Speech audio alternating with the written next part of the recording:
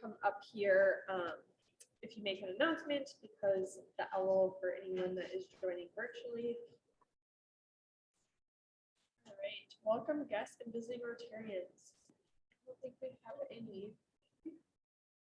All right, do we have any online? We have Kristen Schwartz online. Oh, awesome. Hi, Kristen. Just a membership update. We haven't had anyone else leave since our last meeting, so that's good.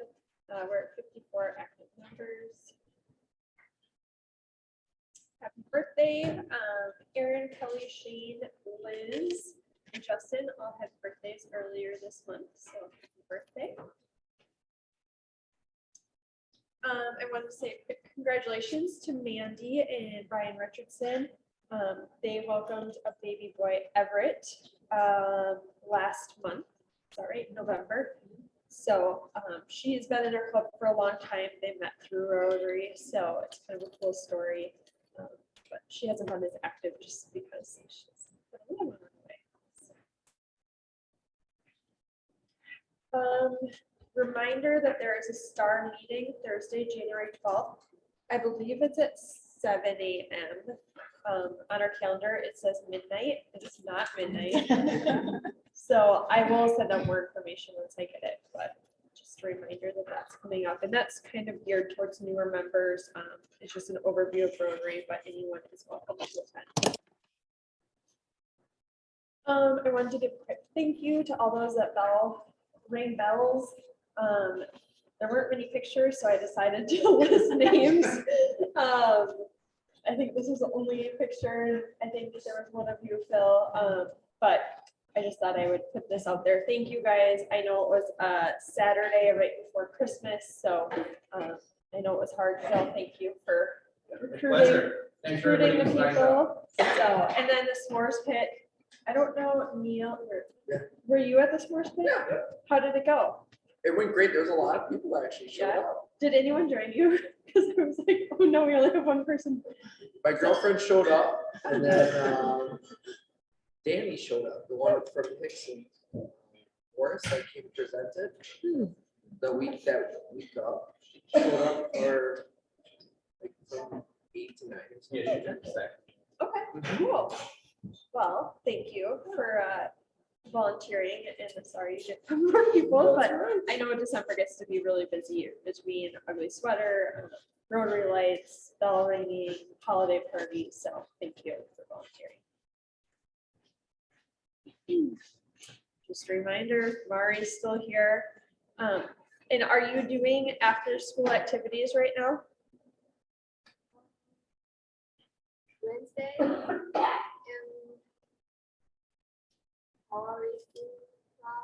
Powerlifting? but not last. Okay, got it. Very cool. Well, she's now with Danny and Eric Rathke, so if you're interested in doing a meet, reach out to Mari or Danny, Lisa, Brianna, myself. We can all get you in contact with her. Just remember, you need a background check if you will be with her one-on-one, even if that's transporting her.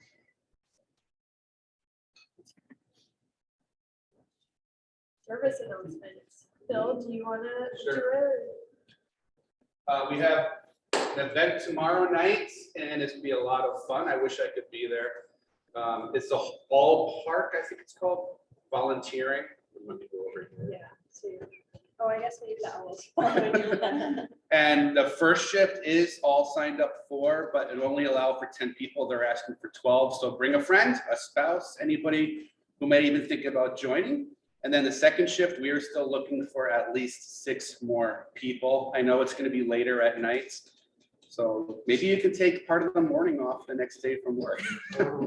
So please, even then, sign up, bring a friend. It's going to be a lot of fun. And please take a lot of pictures so it can be uploaded to Facebook and emails. And we just had a service meeting. We almost have the entire next year, 2023, already planned out. So we can send everybody the dates and so on. And my goal is to give everybody at least 6 months notice for any service event so you can plan for it. So if you want to join us, please do. And it's gonna be a blast. Good year. Thank you. Yes, and the good news is it's gonna be warmer tomorrow night than it has been, I think, so that will be good. Yes, so, awesome. I'm in the second shift, so you get to volunteer with me. But yeah, thank you, Phil. Phil recently took over the service committee and he's been doing a great job, so. thank you. Figuring out club runner. Yeah. Just a reminder, I brought this up at the last meeting, but there is a friendship exchange to India in February if anyone's interested. And then they also are looking for some hosts for the summer. They're gonna have some friendship exchange. People, Rotarians come here and they need people to house them, feed them, show them around the community. I think it's just a couple nights. I don't think it's like a week or anything. It's just, I think 2 or 3 nights. So if you have any interest, let me know and I can get you in contact with the people that are organizing it. Upcoming Rotary events. I wasn't aware, we haven't had a president's meeting, so I'm not aware of too many things tonight. They're doing bingo at Rotary Lights, but you guys chose to be here, so thank you. You might be able to sneak over there after the meeting. Oh, and one other thing, Tricon sign up should be coming out in January, so I will make sure to send that out. It is here in La Crosse, so hopefully we can have a good showing. Right. Anyone have any other announcements? I feel like it's just kind of quiet right now. There's a couple grant management seminars coming up in January and February. They're online. Okay, yep. Yeah, and we have to have at least one person attend the grant seminars for our club to be eligible for district grants. So I know I sent that on to Phil and Sierra. But if anyone else is interested in attending, they're like an hour and a half. It's planned for longer, but we go through the content a bit quicker and I'm facilitating it. So it should be quicker than an hour. Okay, sounds good. Well, if anyone is interested in attending that, feel free to let me know or reach out to Liz and we can get you the information. Any other announcements? All right, well, we got through that really quick. So I am going to have Danny introduce our speaker this evening. I'm really happy to introduce to you my friend and colleague Denise Nicholson. She is a registered nurse at Gunderson and she runs our advanced care planning program. So she has a really important job of providing education and helping people have conversations about future healthcare decisions. And I'm going to let Denise tell us all about that. But this is kind of to get your wheels turning tonight if you haven't had the opportunity to start thinking about this. As she'll tell you, we want people to start thinking about these things when they're healthy. And then Denise helps people all the way from healthy individuals through people that develop serious illnesses. And then with like Larry's population, when people are nearing end of life and trying to have their healthcare choices match with, you know, what's important to them in their lives. Denise is one of the individuals that helps with that conversation. So I think what would be helpful probably is if we can consolidate a little. What she's going to do is kind of what we call a group facilitation. So if you guys wouldn't mind cruising over to this table and we'll kind of be here together. Larry and I both have a little experience of this too. So we will be at the table helping, but we're a small group. So Denise will be great. And welcome.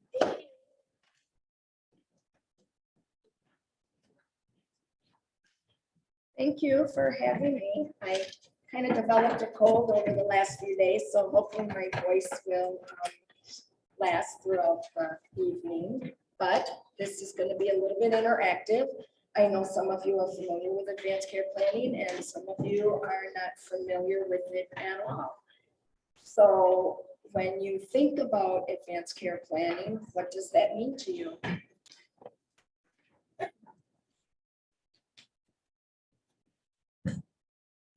Nothing. Not sure at all. That's okay. That's okay. Advanced care planning is a conversation with your loved ones, with your clinicians about what is the care that I would want to receive if I were not able to speak for myself, and who would I want to make medical decisions for me. I think COVID was very instrumental in teaching all of us We just never know, right? When we might be faced with that sudden accident or illness that takes away our ability to speak for ourselves. And sometimes people think that there is like an automatic of who can be our medical decision maker, but there really isn't. And so without having a legal document that identifies who you want to make medical decisions for you, there's always that risk of receiving care that you don't want or not receiving care that you do want. And so a byproduct of the conversation is completing a power of attorney for healthcare advance directive. And that's the document that I brought along for all of you to look at. And my thought was, as we go through it, you can either use it as a worksheet, and I have pens if you don't have pens. You can use it as a worksheet. You can start to complete it yourself if you've already given some thought to this on what it is that you would want. I also have clean copies so that you can take another copy with you if that is something that you want to do. Fears or concerns about this at all?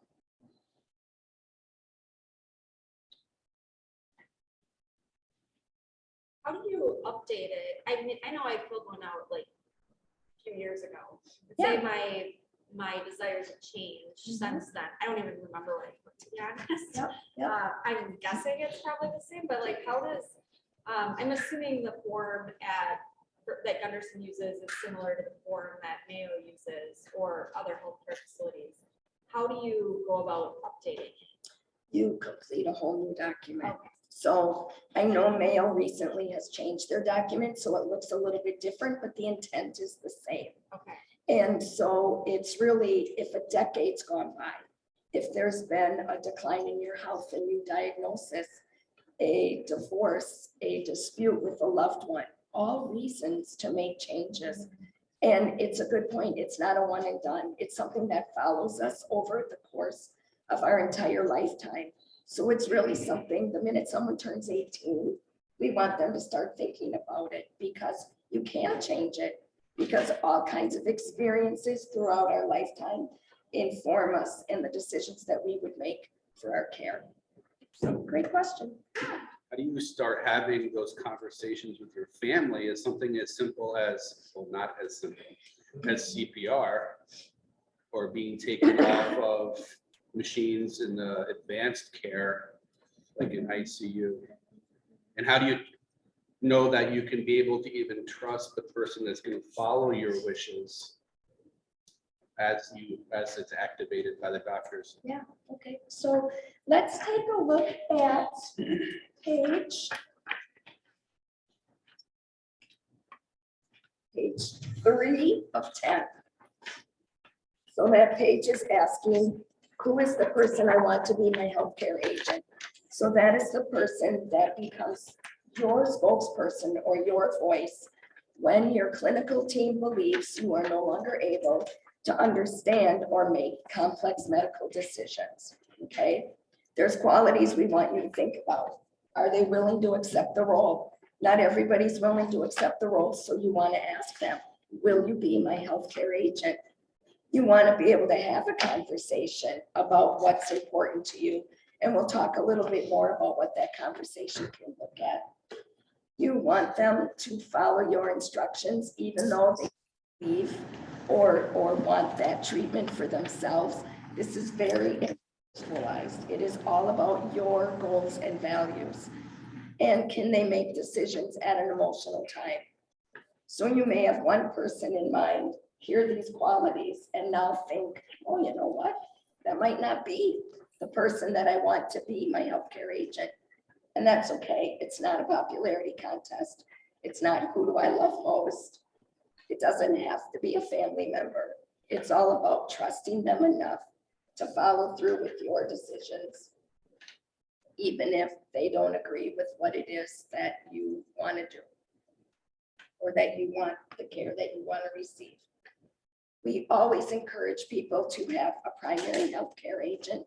You can see on the document that it asks you for a second choice and a third choice. A second choice is very important, especially when people are couples and they maybe choose each other.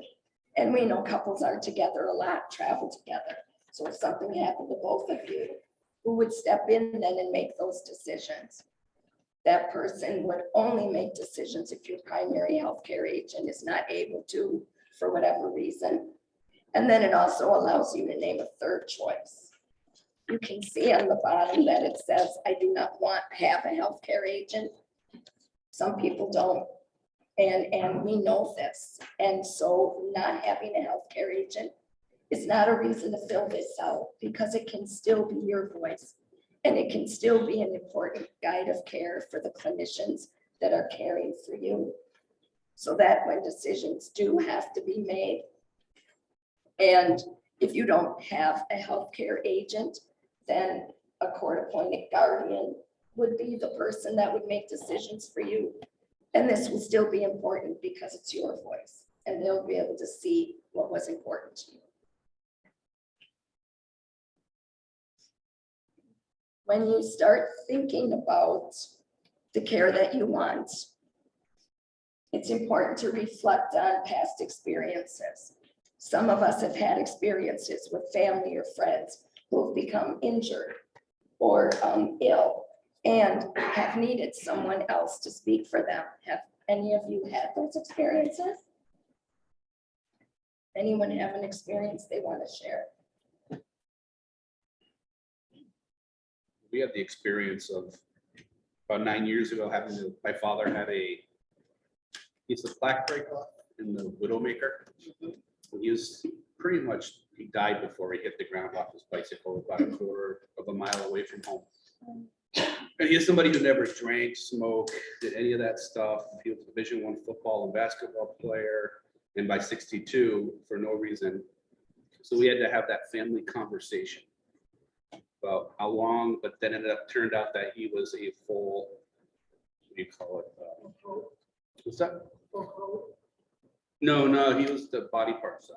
Sorry, Organ donor? organ donor, thank you. So over 50 people were able to be touched by him dying. But it was with the doctors and knowing his intentions, that if he was not able to fully function, have a real quality life, he did not want to be kept alive. So, and that alone made it easier. It made a different lens as when I helped people create these documents, like, Sure. okay. Sure. Yeah. Yeah. Thank you. Mhm. Anybody else experiences like that? Yeah. My uncle was in a coma for a couple months before they decided to like unplug him. But he did not have an advanced care plan. So the family had to decide, and that was very divisive because everyone has different ideas of what they would do for themselves and what they would want for their brother or son. And Yeah. So what do you think you learned from that situation? that I should probably have one. Yeah, because he was like, early 30s and I'm in my 20s. So I don't expect to die. You don't know. Right. Yeah. Right. And I think that that's a common myth. I'm young, I'm healthy.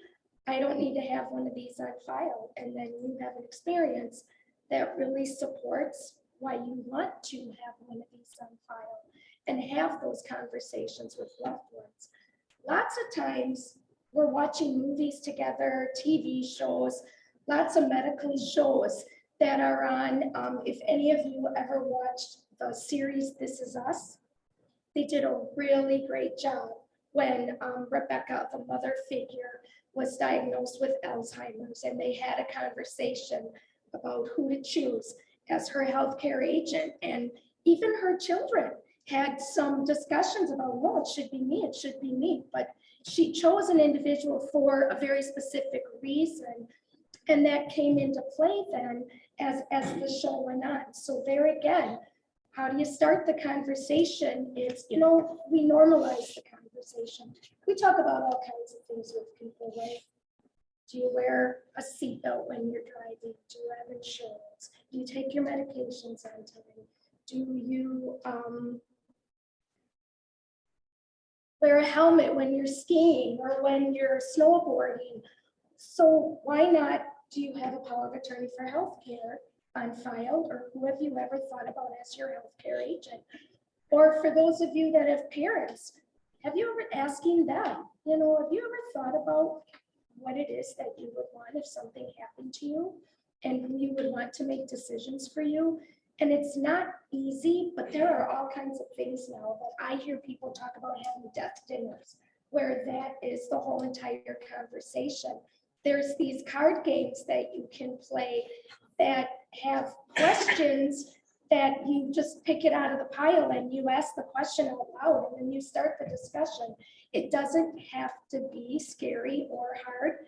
In Western culture, we don't do a good job talking about death or what it is that we would want, but if we can normalize the conversation, it's a lot easier then to have it and talk about it. When you see a movie or a TV show, wow, if that were me, what would I want, right? Those two are things that can really reflect on what it is that's important to you. Think about, wow, what makes my life important? What is important to me in my life? Or what do I need to be able to live well? When you think about that, what's important to you? When you think about a good life, what gives my life meaning? What gives your life meaning? Family. What else?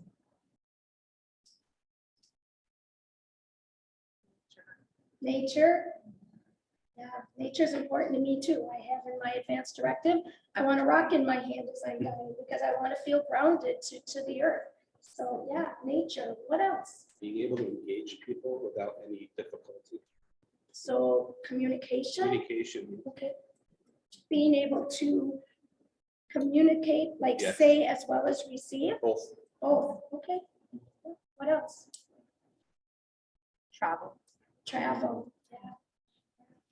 So having some independence, just being able to do what you want when you want, right? What else? Sense of purpose. A sense of purpose. And what would that be for you, do you think? Well, that's a great question, because I struggle with that on a daily basis, but I just imagine myself, not having any quality of life in what I determine, what I define quality of life, just like being in a vegetative state. And to me, that I wouldn't have a purpose. And you could probably argue, but you do have a purpose because the doctors are taking care of you, so you're giving them purpose. But for me, it wouldn't be me contributing to society. Yeah. So when you say vegetative state, describe what that means to you. Basically, no like cognitive, like Phil said, social interaction with people, being able to give, being able to love openly. Yeah. Yeah. So very important to you. As you had said, someone else might say you do have purpose, but it's not about that. This is about you and what's important to you and what gives your life meaning.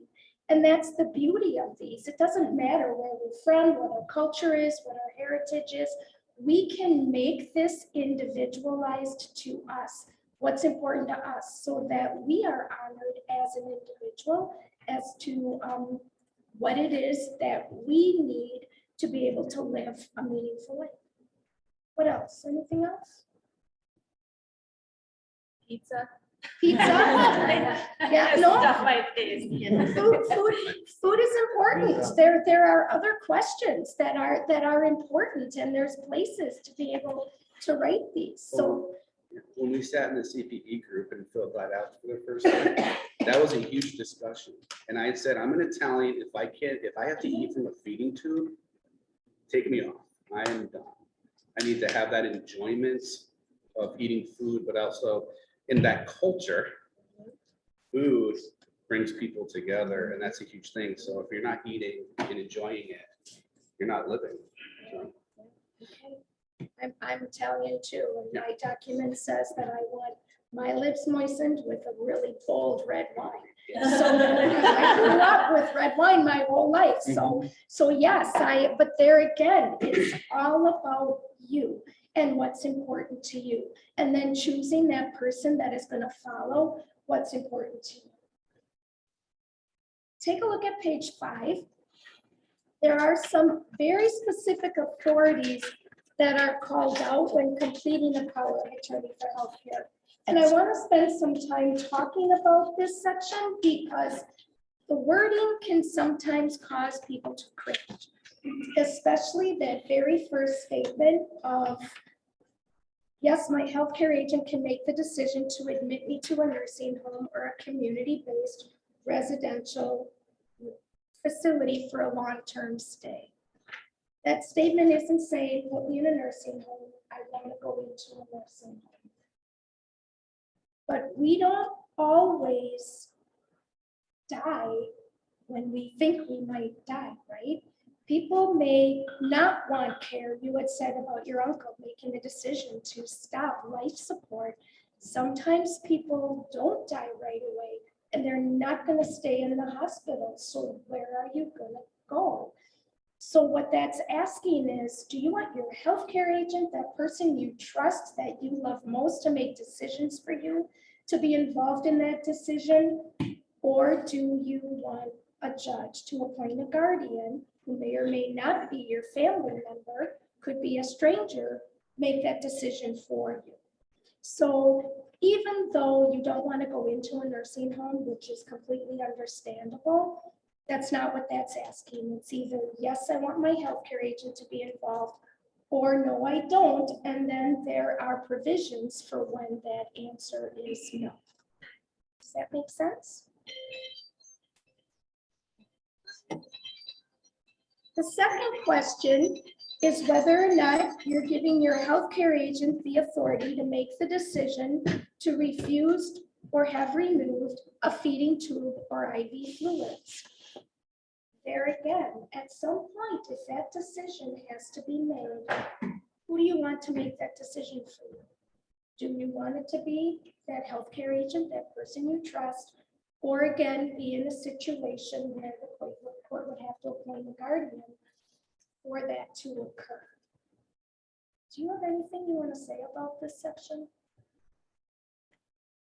I think a lot of people worry that it must be terribly painful if I'm really, really sick and I'm not getting enough fluids, that would be a painful state to be in, because we've all experienced what it feels like to not get enough, to be a little dehydrated. It turns out that when you're very seriously ill, all the studies seem to point away from you having a lot of symptoms from being dry. It's kind of nature's way of allowing you a comfortable death. So helping you need to then kind of reset your way of thinking about those fluids that are artificially given can at times make you uncomfortable, because the natural process at that point is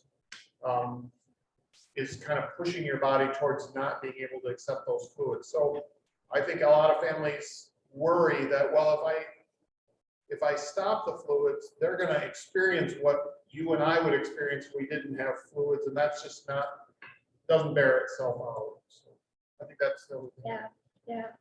It's, there may be, or people that I meet with that'll say, well, I don't want to starve to death. And then it's really just helping them understand when the body is preparing itself for death, we're not hungry anymore.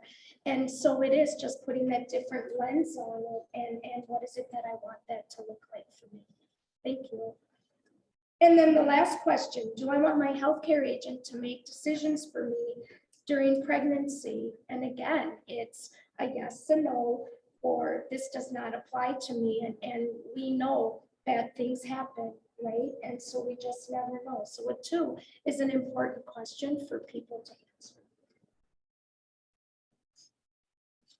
Is that like under the understanding, like if I was in a car accident and was pregnant and they had to make a decision on whether to keep me or the baby, like that's where that one comes into play, or something along those lines? Yeah, absolutely. It's not, I mean, as long as you're fully functioning, then they don't have. As long as you are able to make your own decisions, you are able to verbalize the care that you want, that is always going to be front and center versus this document.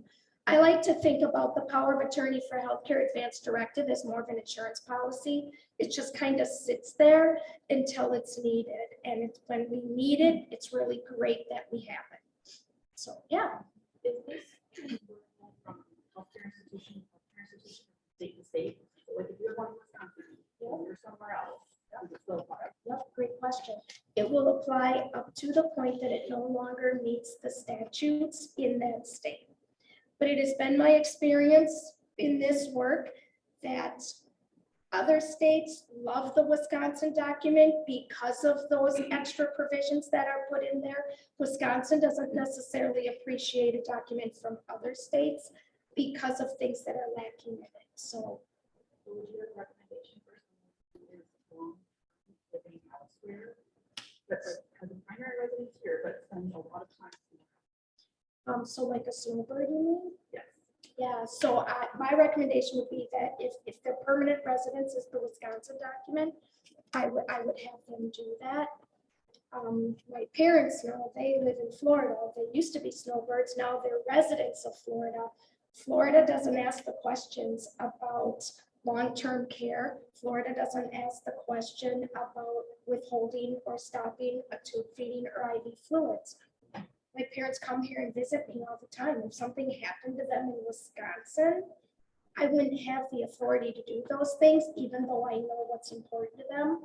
So you can't go wrong with using this document that I've handed out. Where does it live? It lives in your medical record. So once you filled it out, it's important to have it on file in your medical record. But you also want to give copies to your healthcare agents so they know what's important to you. And you don't want to keep it in a safety deposit box at the bank, because if someone has to retrieve it in the middle of the night or on a weekend, you want them to be able to have access to it. So in the case of a snowbird, you would want copies at each location. Yeah, if they have a residence, yeah, absolutely, because I know when I'm meeting with people, I make copies all the time for them to take to like their place where they stay in Arizona or Florida. And then they have that one there too, so that they, someone knows where it is. So they would have to have, or like wherever they are, they would have to get their medical records to refer to the document. Well, we can very easily send things electronically now with electronic medical records. So having something in their billfold that says I have a power of attorney for healthcare on file and who my healthcare agent is with their contact information is another important piece of information, or having it in their phone. Now people can put so many things in their cell phone. That too is another way to just alert people at other healthcare organizations that this even exists. So does it live on my chart? It does live on my chart. So if you have a patient portal, you can actually find it in the patient portal, and that's a place where you can always bring it up, relook at it. Is it still consistent with what's important to me? Do I need to make changes? And then you would just do a new one to replace then the old one. Yeah. So on page 5, there's a question there. Whoops, I'm sorry, page 6. Page 6 is really getting into now your goals, your preferences, your desires. And one of the first questions is asking, what is the care that I would want to receive if I had a medical emergency of some kind and doctors are now talking with my loved ones and are telling them there is a 5% chance or less that I will recover the ability to know who I am, where I am, or who I am with. So when you hear that, tell me in your own words what you understand about that situation.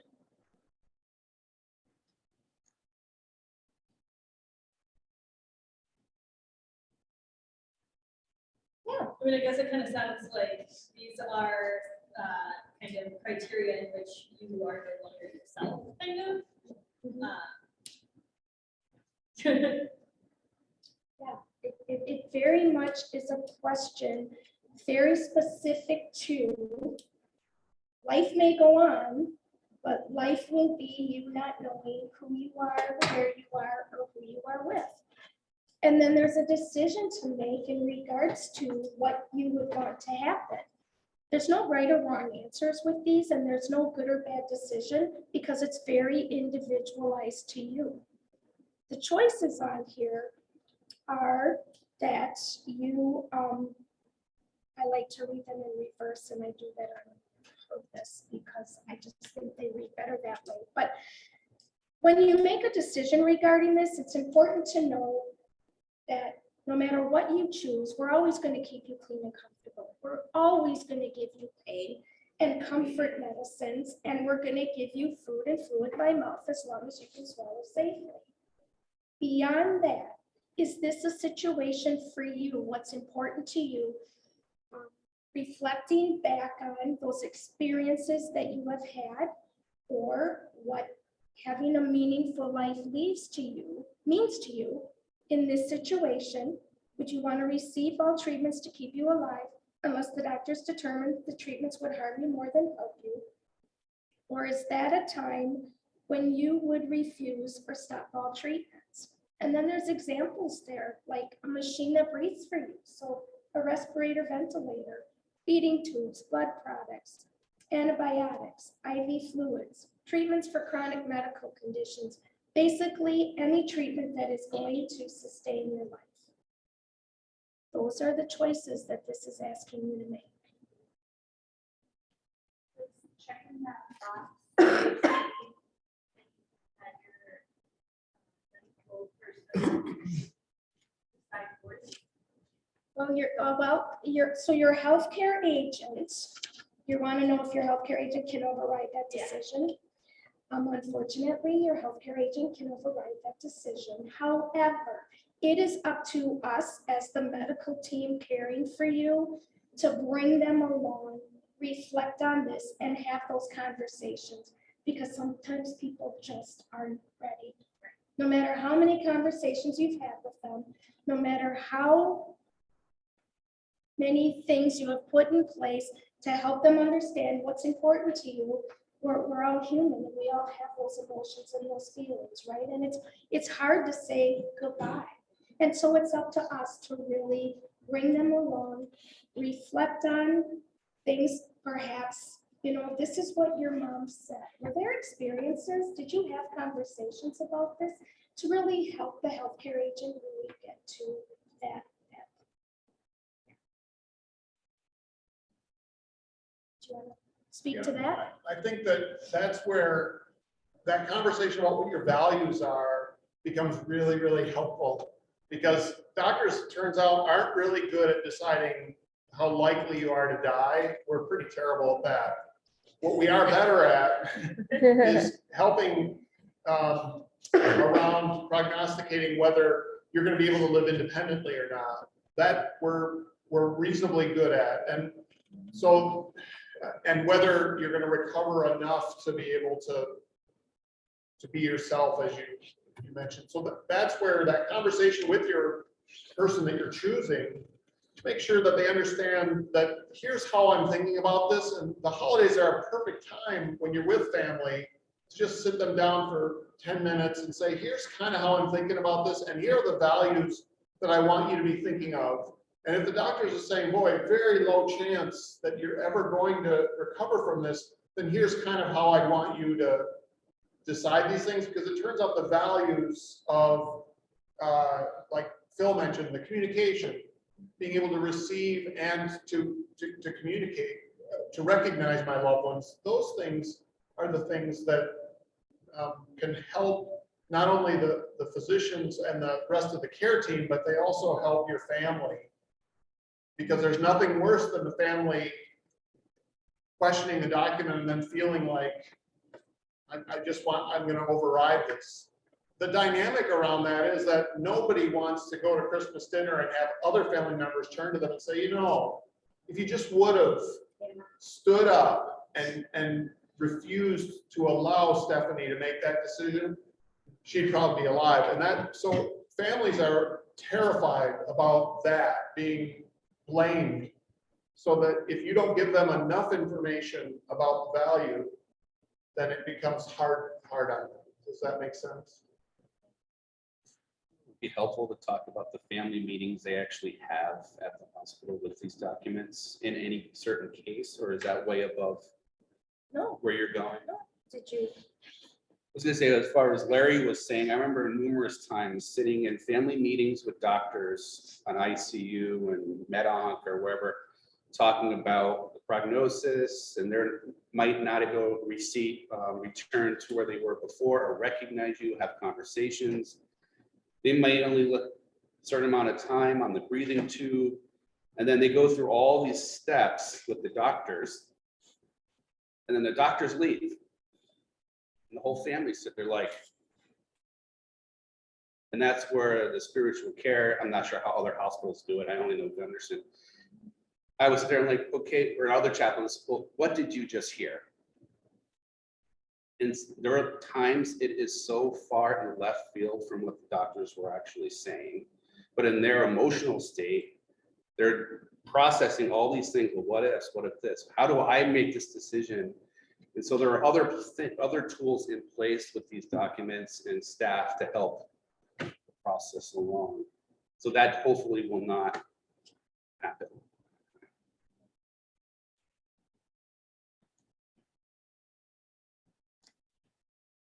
Regarding this question, you're gonna see when we turn the page that there's another place where you're able to maybe fine tune this even a little bit more. The bottom question though on this page regarding cardiopulmonary resuscitation, CPR. We want people to make this decision based on their current health. So that scenario about that permanent brain injury, that's kind of a future state. But if something happened to me today, what is it that I would want the medical team to do to me regarding CPR or cardiopulmonary resuscitation? One of the first questions I ask people in these conversations is, what are the conversations you've had with your doctor about CPR? And what do you think they tell me? None. So we go through a lot about what is CPR? What does that mean? What happens? What physically occurs during CPR? What are the side effects that are attached to CPR? What are the statistics of survival related to CPR? That information is not given to persuade as much as to help people make an informed decision about what's important to them. Because again, it's about that person and what's important to them.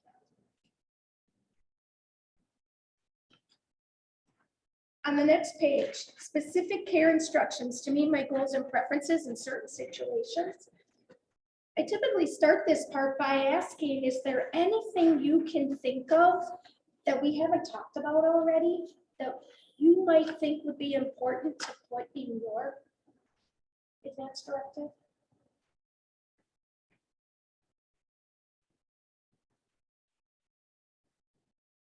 Maybe you've had an experience with family members who have had hospice, and that was a very meaningful experience for you.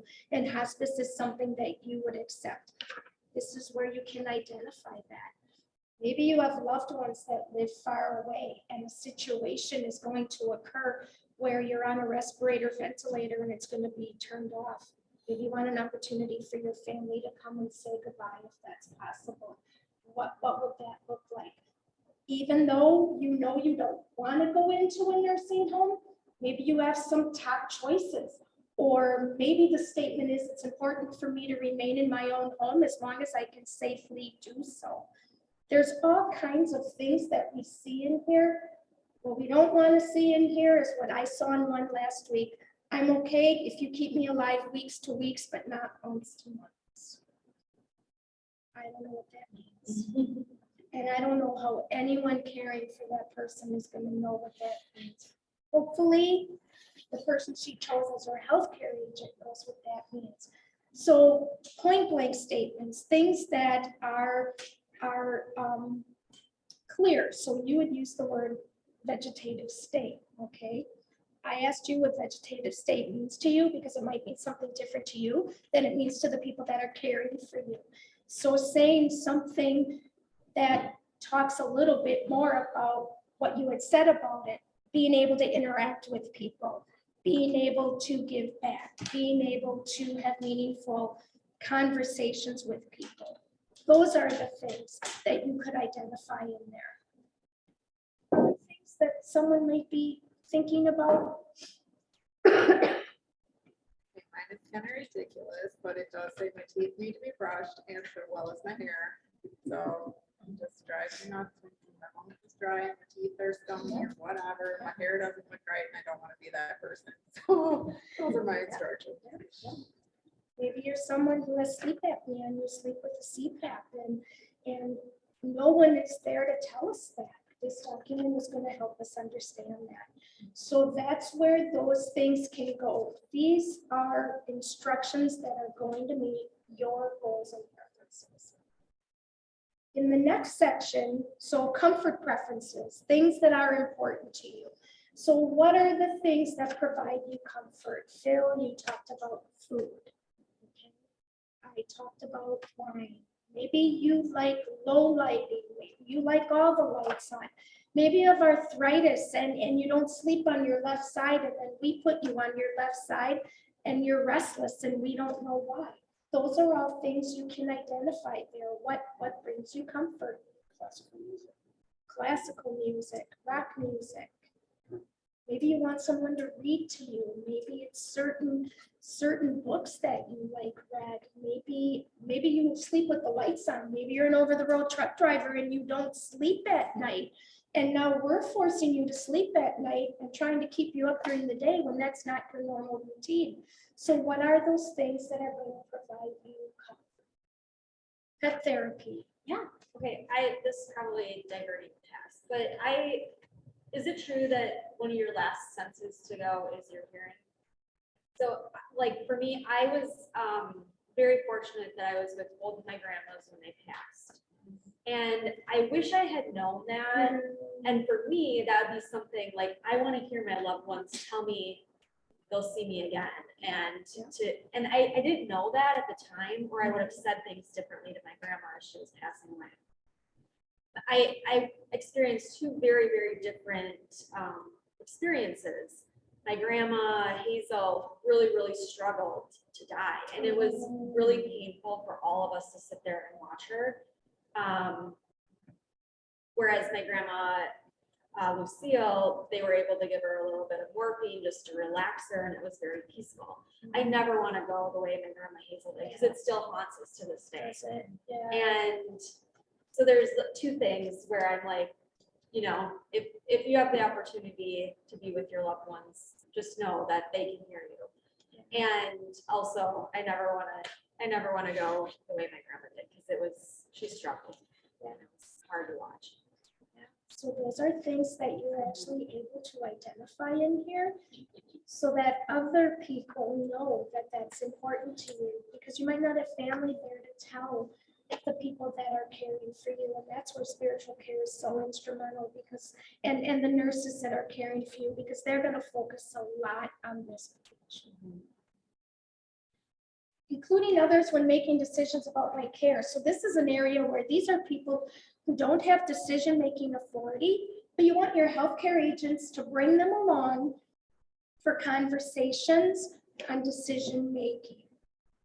What I typically tell people is, if you're gonna put names in here, make sure you've had the same conversations with them. These individuals can put a lot of pressure on your healthcare agents if they're not aware of what's important to you. So there's nothing wrong with putting names there. You just want to make sure that they too know what's important to you.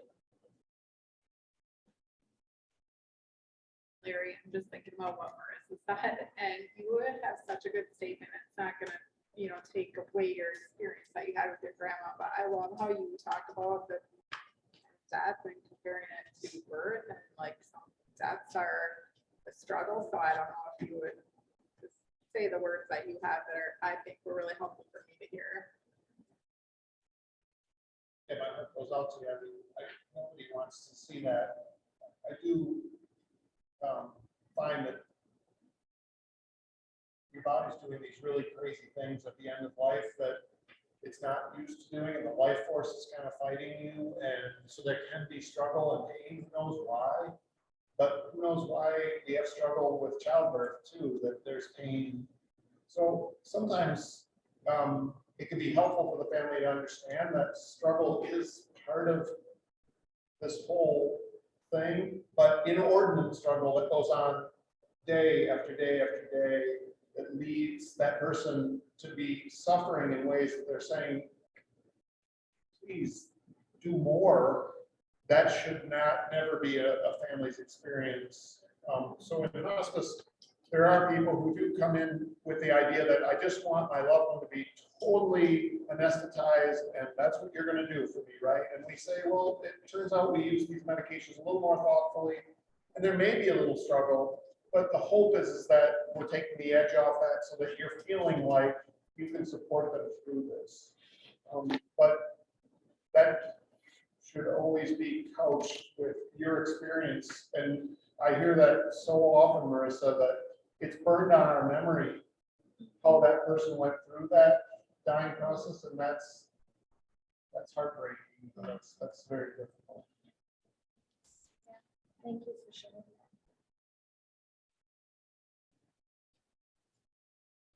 If I am near death and cannot communicate, I want to give my friends and family these personal messages. That certainly, and all of these, I didn't say this in the beginning, but all of these are optional. You don't have to have something in every single section. But this is a nice place to write a message if there's something that you want to write. Some people choose to write it there. Some people choose to write something separately and keep it in their personal files for someone to find after the fact. But it's just a nice place to leave a tender message.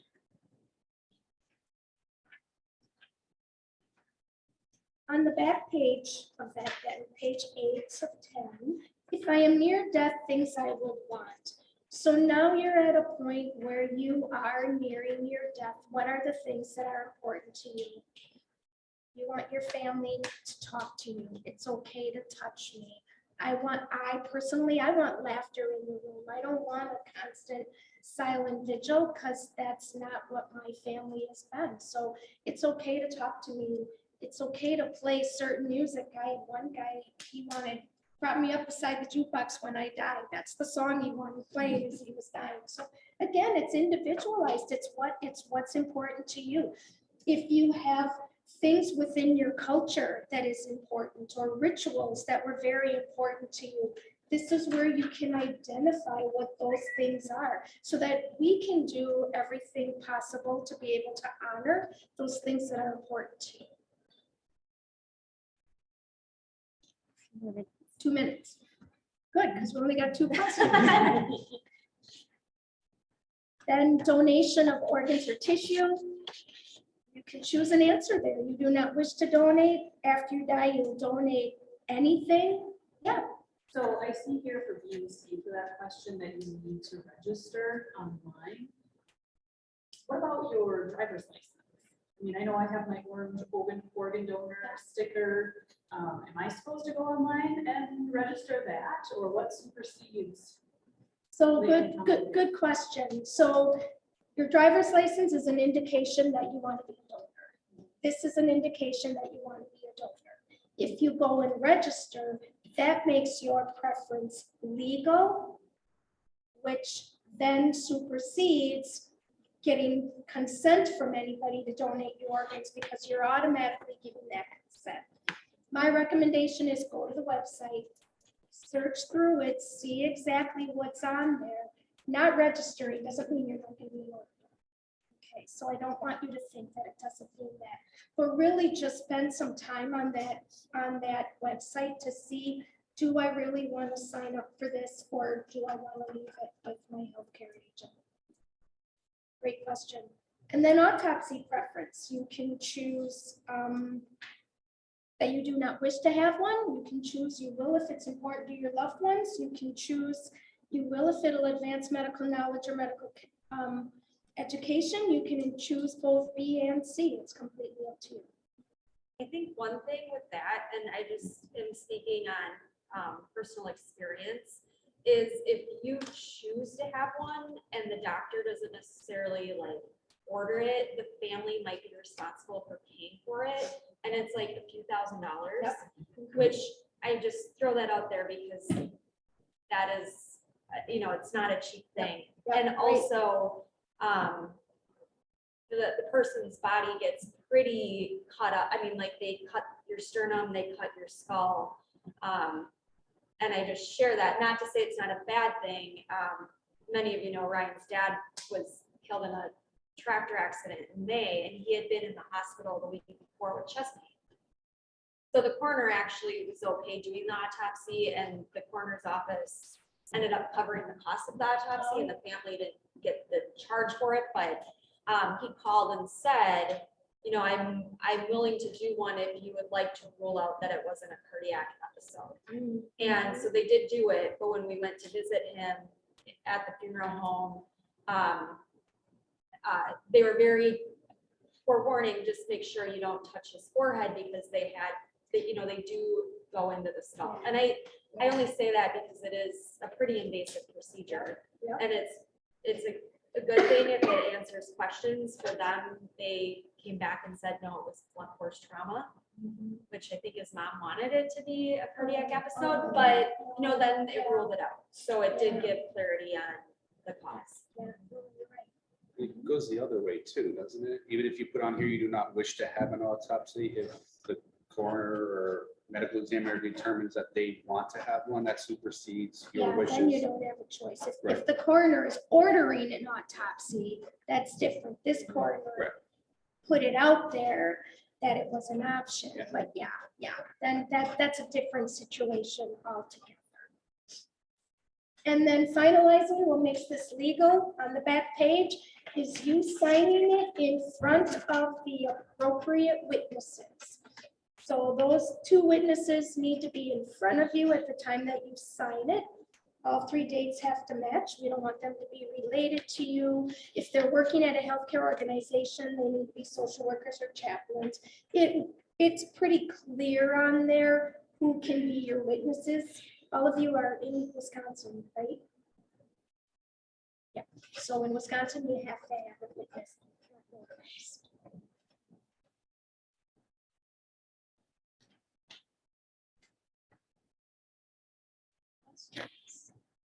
Thoughts?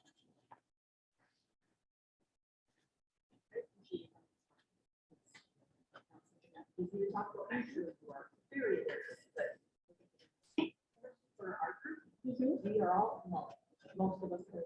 Yeah, right, yeah, good. So do you could I like make an appointment with you? Could someone like make an appointment and be like, hey, I just want to make sure I'm doing this with someone who knows? Yep. Okay. Yep, it's a free service.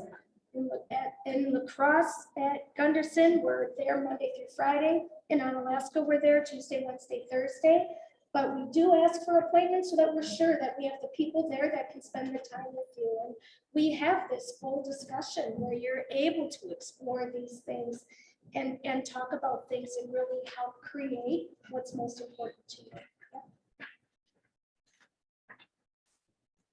It could be an opportunity to bring involved either the person you're choosing to be, then that conversation is a lot deeper. Yeah. And you can bring them along. Yeah. So that they too can hear it. I remember meeting with a 90-some-year-old lady in the hospital. She had 6 daughters, and all 6 daughters were there. And the one daughter said, Mom, I've never heard you say this before. I was like, what a gift to those daughters to be able to hear in their mom's words, don't keep me alive if this happens. Or keep me alive if this happens.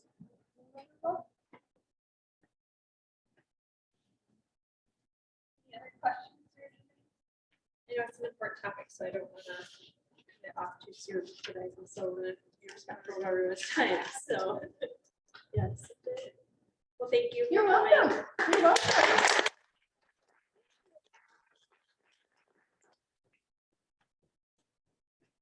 A couple of things to wrap up. Our next meeting is building workplace connections. It's the Turbo. Someone from the Turbo will be coming in to speak about that, especially since if we moved into a virtual world, how you can keep those connections. It will be here January 10th. And then with that, the 5-way test, sorry, of all the things we think, say, or do, is it the truth? Is it fair to all concerned? Will it build goodwill and better friendships? Will it be beneficial to all concerned? Will it be fun? Awesome. And then just a reminder of some meetings. If anyone wants to stick around, I'm hoping to have like a really quick debrief of the Ugly Sweater 5K, what went well, what didn't go so well. Hopefully we can do that quick. I just don't want to wait too long after the event. If you can't stay, you can always send emails with that information too. But Please take pizza, because I yeah, don't want to take it home. yeah, there's a lot of pizzas, so take some. Or take some to work or whatever. I don't think